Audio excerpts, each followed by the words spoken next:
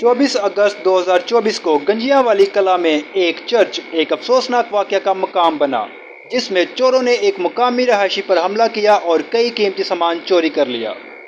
ये वाक़या तकरीबन सुबह 5 बजे पेश आया, जब मकतूल करामत मसीह सुबह की नमाज के लिए सेंट मैरी चर्च जा रहा था।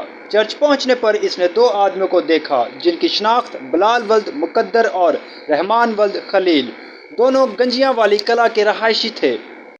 चर्च के अहाते से अशिया चुराने की कोशिश कर रहे थे।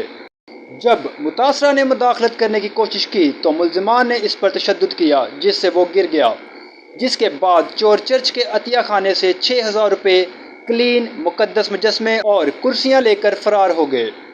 मुलजिमान के खिलाफ अग्गो की पुलिस स्टेशन में FIR दर्ज करवाई गई। इलाके के मसीही बरादरी ने इसे न सिर्फ अमलाक पर बल्कि इनके अकीदे पर हमले के तौर पर देखते हुए गमो गुस्से का इजहार किया।